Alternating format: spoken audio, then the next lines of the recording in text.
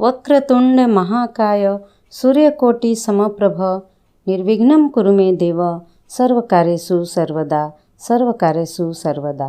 भारतीय संस्कृति में पूजा पाठ, ज्ञान ध्यान इन सब का बहुत ही महत्व है। अगर इसे हम विज्ञान के साथ जोड़कर देखें तो भी इसमें बहुत सारे तत्व ऐसे मिलेंगे जो हमारे जीवन के मूल आधार हैं। मनुष्य का शरीर 5 तत्वों से मिलकर बना है।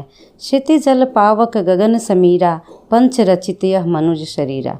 ये सभी तत्व प्रकृति से ही लिए गए हैं और अंत में प्रकृति में ही विलीन हो जाएंगे। अतः इनका संतुलन में रहना अति आवश्यक है। पर्व त्यौहार समय समय पर आकर हमें प्रकृति से जोड़ने का काम करते हैं। वैसा ही एक त्यौहार है गणेश चतुर्थी का। भगवान गणेश के संबंध में यूँ तो कई कथाएं सुनने और पढ़ने को मिलती हैं, किंतु इनकी पूजा सर्वप्रथम होने तथा गजानन कहलाने के संबंध में यह कथा प्रचलित है। एक समय की बात है, माता पार्वती को मानसरोवर में स्नान करने जाना था। स्नान करते वक्त वहाँ कोई न आ जाए, इसके लिए उन्होंने अपनी माया से बाल गणेश को जन्म देकर पहरा देने के लिए नियुक्त कर दिया। कुछ देर पश्चात स्वयं भगवान शिव वहाँ आ जाते हैं। बाल गणेश उन्हें रोकने की कोशिश करते हैं। इस पर शिव जी को क्रोध आ जाता है और वे गणेश का सिर धड़ से अलग कर देते हैं। माता पार्वती को जब इस घटना का पता चलता है तब वे विलाप करने लगती हैं। एक माता का पुत्र वियोग देखकर शिव जी को भी दुख होता है और वे एक हाथी का सिर गणेश के शरीर से जोड़कर उन्हें पुनः जीवित कर देते हैं। तभी से गणेश जी का नाम गजानन भी पड़ गया। उनकी पूजा सबसे पहले क्यों की जाती है, इस बारे में भी एक कहानी प्रचलित है। एक बार कैलाश पर्वत पर शिव जी के दोनों पुत्र कार्तिकेय और गणेश खेल रहे थे।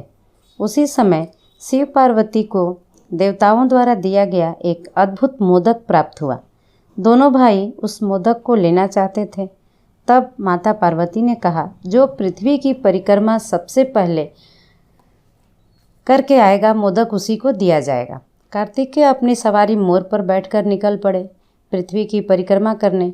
गणेश जी ने सोचा कि ब्रह्मांड में माता पिता से बड़ा कोई नहीं होता, माता पिता में ही पूरा ब्रह्मांड समाया हुआ है।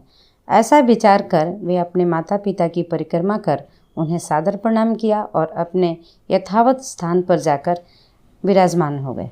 इस प्रकार बुद्धि का प्रयोग करके वे विजयी हुए और शिवजी ने आशीर्वाद दिया कि हर शुभ कार्य में सबसे पहले गणेश जी की पूजा की जाएगी। इसके साथ ही हर शुभ कार्य से पहले अगर हम कोई संदेश लिखते हैं या किसी को भेजते हैं तो उसमें भी हम श्री गणेशाय नमः लिखते हैं। तो इस प्रकार से शिवजी का वरदान दिया हुआ आज भी प्रचलित है, आज भी सिद्ध है और गणेश जी की पूजा हर शुभ कार्य में सबसे पहले की जाती है। श्री गणेश जी के 108 नाम बताए गए हैं, जिनमें से कुछ इस प्रकार है: बाल गणपति, बुद्धिनाथ, गजकर्ण, गजानन, लंबोदर, मंगल मूर्ति, मूषक वाहन, वक्रतुंड, ईशान पुत्र, रुद्रप्रिय, सिद्धिप्रिय, विघ्न विनाशक, विनायक, चतुर्भुज, सिद्धि विनायक, गौरीसुत आदि। तो इस तरह से गणेश जी के संबंध में प्रचलित कहानी हम लोगों ने सुना। भगवान गणेश आप सबकी सारी मनोकामनाओं को शुभ और सफल बनाने में आपकी सहायता करें। उनका आशीर्वाद हमेशा आप सब पर बना रहे। जय श्री गणेश।